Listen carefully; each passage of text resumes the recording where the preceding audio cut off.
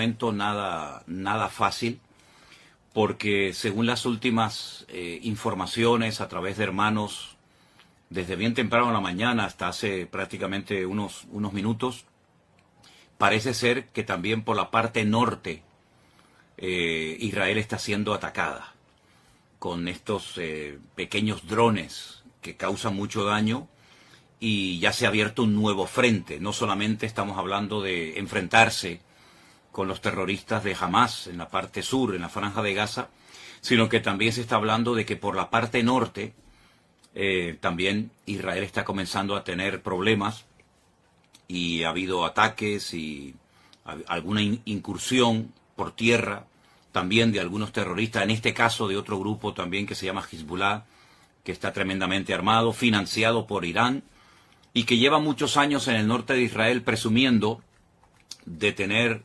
miles.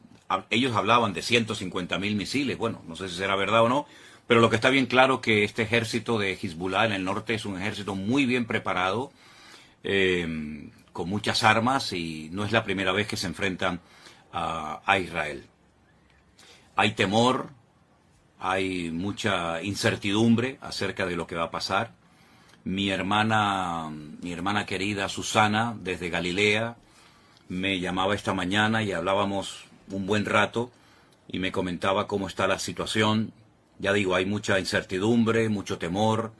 300.000 personas que forman parte de la, digamos, de la reserva, personas que han estado en el ejército, pero que han vuelto a ser llamados para apoyar a los que están allí combatiendo, han sido llamados.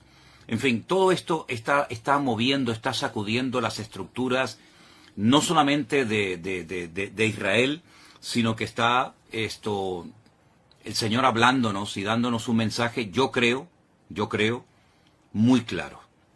Yo dije en cierta ocasión, en los días del confinamiento, ¿se acuerdan ustedes? Por allí, por marzo del 2020, que Dios le estaba hablando al mundo con lo que estaba sucediendo. Pero, sobre todo, era un tiempo especial para que la iglesia recapacitara y reflexionara acerca de lo que estaba pasando. Aquellos hermanos que me decían o que decían, no tengo tiempo para orar, para leer la Biblia, para estudiar la palabra, yo les dije, pues vais a ver cómo vais a tener tiempo. Ahora vais a tener bastante tiempo, porque vais a estar encerrados muchos días, semanas y probablemente hasta meses, para que esa excusa de que no tengo tiempo ya sea desterrada definitivamente de vuestras vidas. Por lo tanto, yo creo que en aquellos meses, en aquel tiempo, 2020, el Señor estuvo tratando con la iglesia, con cristianos tibios, cristianos que se habían dejado de congregar por diferentes motivos, muchas personas que comenzaron a leer la Biblia por primera vez en su vida y tuvieron un encuentro personal con Cristo. Y bueno, y de aquellos días, de aquella temporada, surgió lo que todos conocemos como la iglesia virtual, formada por centenares y centenares de hermanos de todas partes del mundo que se acercaron al Señor, gente que se entregó a Cristo en aquellos días, y nació la iglesia virtual, que hasta el día de hoy pues sigue siendo un instrumento tremendamente poderoso en las manos del Señor, y ahí surgieron iglesias y obreros y lugares de culto y tantas cosas que podríamos mencionar. Ahora el tiempo es diferente. Ahora nosotros, por lo menos en esta parte del mundo, no estamos encerrados, pero sí están encerrados en sus hogares los habitantes de Israel, que no pueden salir a las calles, no pueden ir los chicos a estudiar a la escuela, no pueden las personas ir a trabajar a sus trabajos, porque el país está en guerra. Pero yo siempre también he dicho, y solamente lo recuerdo, que lo natural es un reflejo de lo espiritual. Repito, lo natural es un reflejo de lo espiritual. ¿Qué está pasando en lo natural? Cosas terribles. Hemos visto imágenes que nos han dejado a todos con los pelos de punta, y otras muchas que no hemos querido publicar. Y todo esto, la pregunta es, ¿Dios lo ha permitido, sí o no? ¿O es que aquí el diablo puede hacer lo que le da la gana, cuando le dé la gana y cuando quiera y donde quiera? Yo creo que el que controla la historia, el que quita y pone reyes, el que permite o impide cosas es nuestro Dios. Y el diablo no puede hacer nada sin permiso de Dios. Siempre recuerden eso. El diablo no puede hacer nada sin permiso de Dios. ¿Se acuerdan cuando el endemoniado Gadareno, los demonios que habitaban en él, le pidieron permiso al Señor para entrar en aquella piara, en aquel hato de cerdo? ¿Se acuerdan ustedes? Bueno, pues ahí tienen un ejemplo. El diablo está sometido a Dios. Libro de Job, léanlo detenidamente, léanlo tranquilamente, y se van a dar cuenta que Satanás actuaba hasta donde el Señor le permitía actuar, porque el diablo no es un ser, digamos, autónomo, que pueda hacer lo que le dé la gana, sin darle cuentas a nadie, ni muchísimo menos. El diablo es un ser que tiene que estar sometido a Dios, le guste o no, porque Dios es el que permite, el que impide, el que autoriza, el que abre o el que cierra. Y en esta ocasión, Dios ha permitido todo lo que ha sucedido. Claro, algunos dirán, bueno, pero yo no creo en eso. Es que, lo he dicho muchas veces, lo que usted crea o lo que usted opine no va a cambiar la esencia de Dios. Y Dios tiene todo el permiso y toda la autoridad para hacer lo que quiera y cuando quiera, cuantas veces le dé la gana, porque para eso es Dios.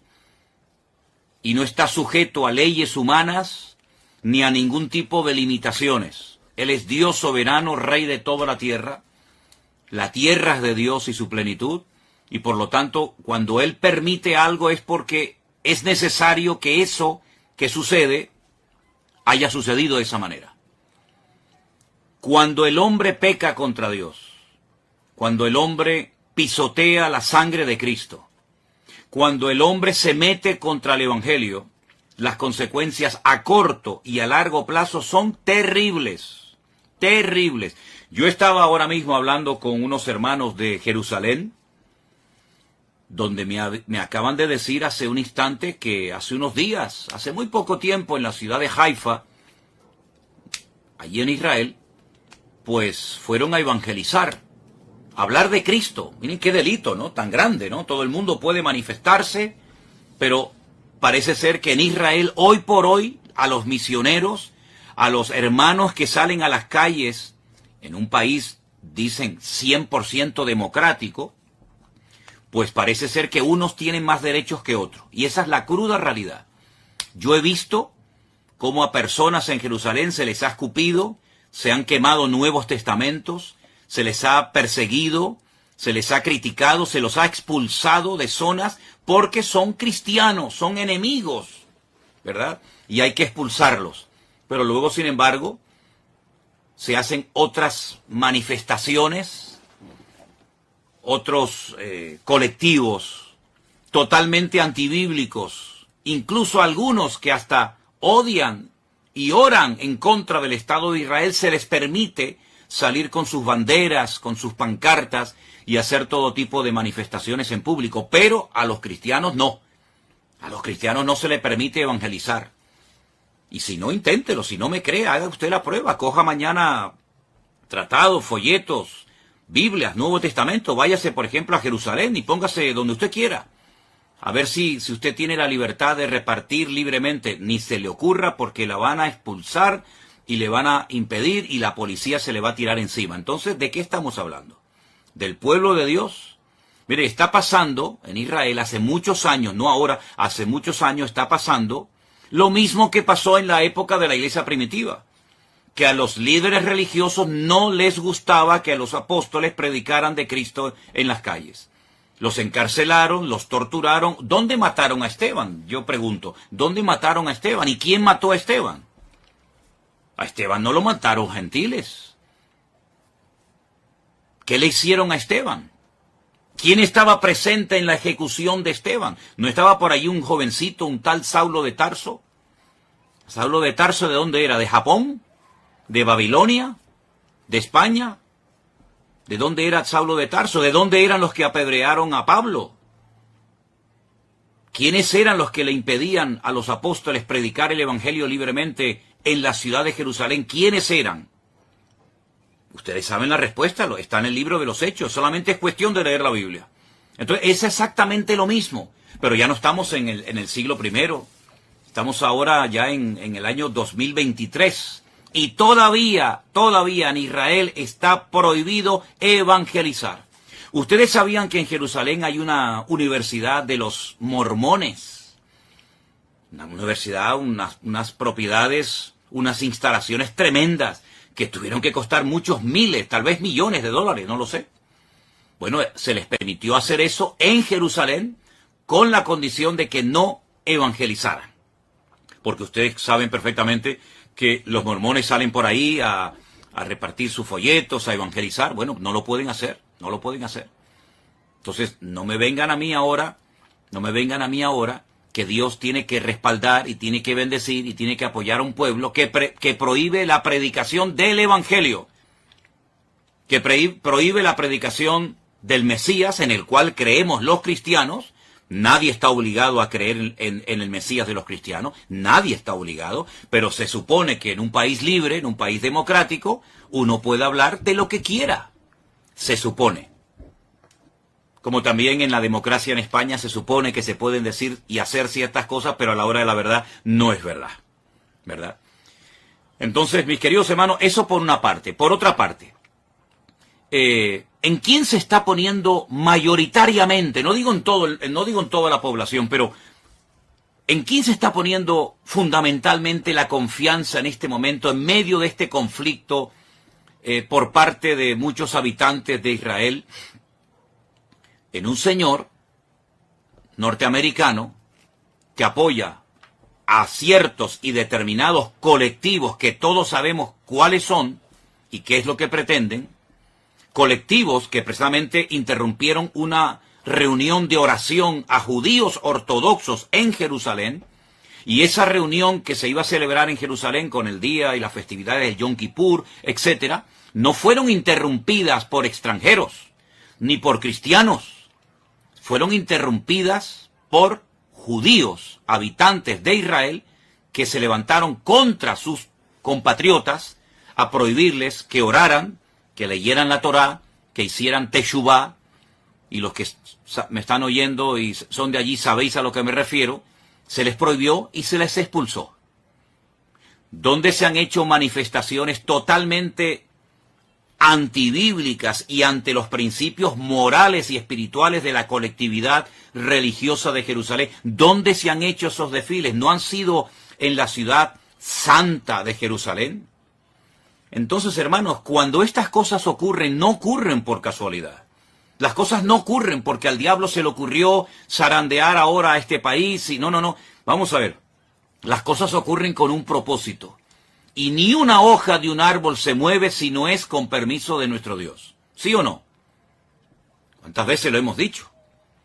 Que no se produce, no ocurre nada sin permiso de Dios. Y Dios ha permitido en este momento que se hiciera el ridículo y que la gente todavía, tanto en Israel como fuera de Israel, se estén preguntando, ¿pero qué ha pasado?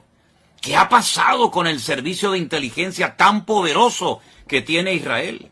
¿Qué ha pasado con los soldados? ¿Qué ha pasado? ¿Se han quedado dormidos? ¿Cómo es posible que más de 1000 terroristas se hayan infiltrado en territorio israelí y hayan hecho una masacre terrible que, aunque algunos políticos, incluida la vicepresidenta de nuestro país, de España, no ha querido condenar, y otros tantos políticos en su hipocresía y en su populismo, ¿verdad? Pues esto ha sido algo terrible. Esto me recordaba a mí a los tiempos bíblicos, cuando se peleaba contra filisteos y amorreos y aquellas matanzas y aquellas cosas terribles que nos cuenta la historia. Pues lo hemos visto hace unos días en televisión, como centenares de personas corrían despavoridas como conejos asustados por el desierto del sur de Israel y eran como presas de caza disparándoles a discreción, a diestra y a siniestra, y hemos visto cosas que ni siquiera quiero mencionar. Hermanos queridos, ¿es que acaso Dios se ha dormido? ¿Es que acaso Dios se ha olvidado de su pueblo? ¿Es que acaso Dios ya no recuerda sus promesas y sus pactos? Claro que los recuerda. El problema no es que Dios se ha olvidado de su pueblo. El problema es que su pueblo se ha olvidado de su Dios. Esa es la realidad. Ahora bien, para los cristianos que dicen, bueno, este es un tiempo de prueba para Israel, que son el pueblo de Dios, yo quiero hacer un pequeño alto en el camino y preguntarles a todos ustedes, y veo que hay muchísima gente conectada, no sé exactamente de dónde, pero bueno, eso es ahora mismo lo menos importante. Yo les hago una pregunta. ¿Conocen ustedes ese versículo del Nuevo Testamento? No del Antiguo Testamento, del Nuevo Testamento que leen millones de cristianos todos los días, pastores, evangelistas, maestros, etcétera. Ese versículo que dice, vosotros sois real sacerdocio, pueblo santo, adquirido por Dios. ¿Se acuerdan de ese versículo? ¿Saben, verdad? ¿Dónde está? Y todo, ¿verdad? Vosotros que no erais pueblo, ahora sois pueblo de Dios, real sacerdocio, nación santa, pueblo adquirido por Dios para que anunciéis las virtudes de aquel que os llamó de las tinieblas a su luz admirable. Entonces, mi pregunta es, ¿somos los cristianos pueblo de Dios? ¿Sí o no? Respóndanme ustedes, que yo estoy viendo ahí cómo están escribiendo muchas personas. ¿Somos los cristianos, vuelvo a preguntar, ¿somos los cristianos pueblo de Dios o no somos pueblo de Dios? ¿O el único pueblo de Dios que existe sobre la faz de la tierra se llama Israel? Y nosotros, entonces, si no somos pueblo de Dios, ¿qué somos entonces, hermanos? ¿Qué somos entonces? Si no somos pueblo de Dios, somos otro pueblo diferente. Dios tiene entonces dos pueblos, uno judío y uno gentil. O Dios tiene un solo pueblo, y a ese único pueblo pertenecen judíos, españoles, japoneses, americanos, latinos. Dios tiene un solo pueblo. Entonces, si somos el pueblo de Dios, y yo creo que en eso, no lo sé, estaremos la inmensa mayoría de creyentes de acuerdo. Si somos el pueblo de Dios, y veo que muchos están contestando, sí, pastor, sí, somos el pueblo, muy bien, pues entonces a todos los que están diciendo que sí somos el pueblo de Dios, y a los que no lo están contestando, pero saben que somos el pueblo de Dios, yo les quiero leer estos versículos. Y dicen así: si se humillare mi pueblo. Usted ha dicho que somos pueblo de Dios, lo acaban de escribir muchos de ustedes. Sí, amado pastor, somos el pueblo de Dios. Gracias, hermano. Si se humillare mi pueblo, sobre el cual es invocado mi nombre, y oraren, y buscaren mi rostro, y se convirtieren de sus malos caminos, entonces yo oiré desde los cielos y perdonaré sus pecados y sanaré su tierra. Vuelvo a hacer la pregunta de antes. ¿Somos los cristianos hijos de Dios y pueblo de Dios, sí o no? Sí, ¿verdad? Pues entonces, ¿qué estamos esperando para, como pueblo de Dios, humillarnos, invocar su nombre, orar, buscar su rostro, convertirnos de nuestros malos caminos, dejarlos a un lado? ¿Qué estamos esperando, hermanos queridos? Sí, ya veo que saben el versículo dónde está y todo. Segunda de Crónicas 7:14, efectivamente, ese es, mi hermana Mónica. Segunda de Crónicas 7:14. Pues si somos el pueblo de Dios, seamos coherentes con lo que decimos. Porque es una incongruencia decir somos pueblo de Dios para lo que nos interesa. Y ahora que está viniendo la hora de prueba a todas las naciones de la tierra, decir no, eso ahora es para los judíos. Entonces, ¿en qué quedamos? ¿Somos o no somos el pueblo de Dios? No seamos hipócritas. No seamos fariseos. No seamos pueblo de Dios para las promesas y para los privilegios y para las bendiciones, y después resulta que no somos pueblo de Dios cuando viene la ira de Dios, cuando viene la justicia de Dios, etcétera, etcétera, etcétera. Hay un mensaje muy bonito que el Señor le da a una de las iglesias que son mencionadas en el libro del Apocalipsis. Y dice lo siguiente: yo conozco tus obras, he aquí que he puesto delante de ti una puerta abierta, la cual nadie puede cerrar, porque aunque tienes poca fuerza, has guardado mi palabra y no has negado mi nombre. ¿Qué le parece? Por cuanto has guardado la palabra de mi paciencia, yo te guardaré de la hora de la prueba que ha de venir sobre el mundo entero. Ahora les digo dónde estoy leyendo. Yo te guardaré de la hora de la prueba que ha de venir sobre el mundo entero para probar a los que moran sobre la tierra. ¿A quién van dirigidas esas palabras, hermanos? ¿Solamente a los judíos? No. Esas palabras las escribió el apóstol Juan porque el Señor Jesucristo, el que murió en la cruz y resucitó al tercer día, le dijo: escribe lo que has visto, lo que has oído, lo que es y lo que será, y envíalo a las 7 iglesias. Y este mensaje va dirigido a la iglesia de Filadelfia. Yo sé que en España la iglesia de Filadelfia son las iglesias de los hermanos gitanos, pero la iglesia de Filadelfia era una congregación que existía hace 2000 años en la zona de Turquía, de Asia Menor, y fueron palabras dirigidas por Cristo a una iglesia, a su pueblo. Apocalipsis capítulo 3, del versículo 7 en adelante. Yo te guardaré de la hora de la prueba que ha de venir sobre el mundo entero para probar a los que moran sobre la tierra. He aquí yo vengo pronto, retén lo que tienes para que ninguno tome tu corona. ¿Qué le parece? Somos el pueblo de Dios, ¿verdad? Muy bien. Pues entonces vamos a comenzar a poner en práctica Segunda de Crónicas 7:14. Vamos a comenzar a humillarnos. Vamos a dejarnos ya de perder el tiempo. Vamos a dejarnos de utilizar las redes sociales para tonterías. Y vamos a utilizar todos los recursos y medios habidos y por haber que el Señor ponga a nuestro alcance para predicar la palabra de Dios, la sana doctrina, lo que Cristo quiere que prediquemos. Y no perdamos el tiempo en aquellas cosas que no edifican y que no son de Dios. Pueblo de Dios es aquel hombre y aquella mujer, da igual si es judío, japonés, coreano, español o latino, da igual. Pueblo de Dios es todo aquel hombre y toda aquella mujer que ha sido, voy a utilizar un término bíblico, lavado, comprado, redimido por la sangre de Jesucristo. Esos son el pueblo de Dios. Dios no le va a pedir la nacionalidad o el pasaporte a nadie. Pueblo de Dios somos aquellos hombres y mujeres que hemos abrazado a Cristo, hemos creído en Él y lo hemos hecho nuestro Señor, nuestra cobertura y nuestra autoridad. Por eso cuando yo veo al pueblo de Israel casi rogándole, suplicándole al señor Biden, al señor de los Estados Unidos, que el pobrecito ya no sé ni cómo se puede mantener en pie. Por favor, ayúdennos, no nos abandonen, no nos dejen solos. Y vemos al señor Biden saliendo y diciendo: no les vamos a dejar solos, aquí estamos nosotros.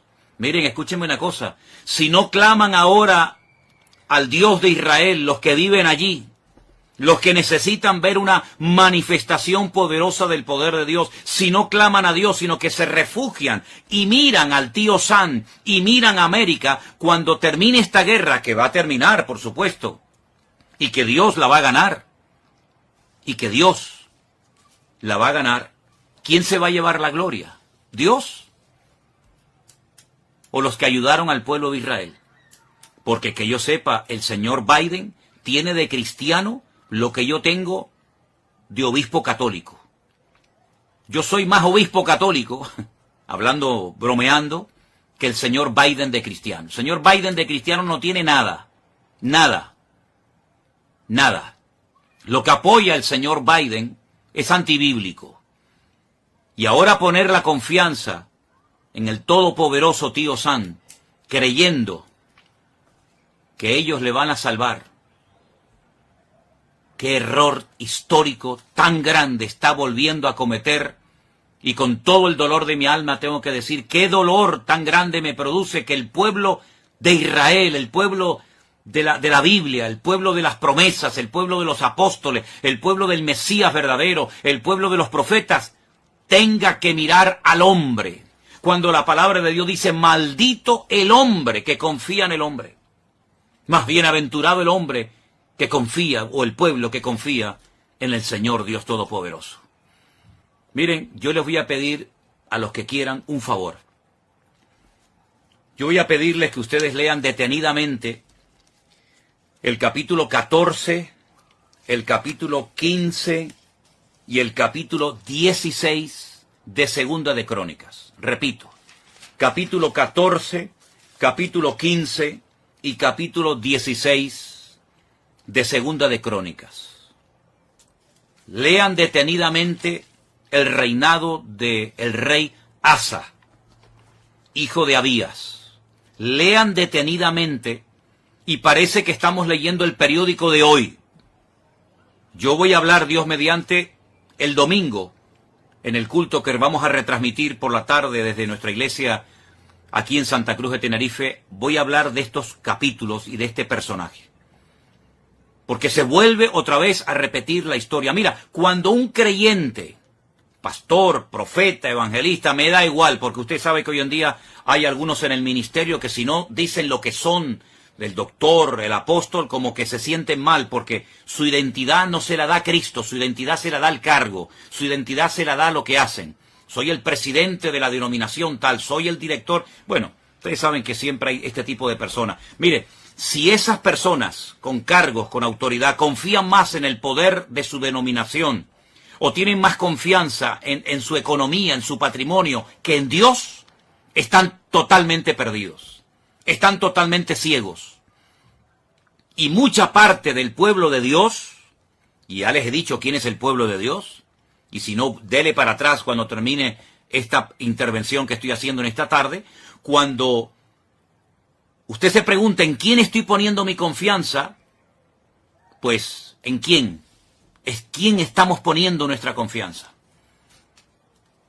¿En Dios? ¿En su palabra? ¿En sus promesas? ¿En los hombres?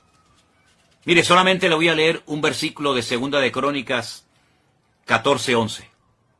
Escúchelo bien. Oh Señor, para ti no hay diferencia. No hay diferencia alguna en dar ayuda al poderoso o al que no tiene fuerzas. Ayúdanos, oh Señor Dios nuestro, porque en ti nos apoyamos y en tu nombre venimos contra este ejército.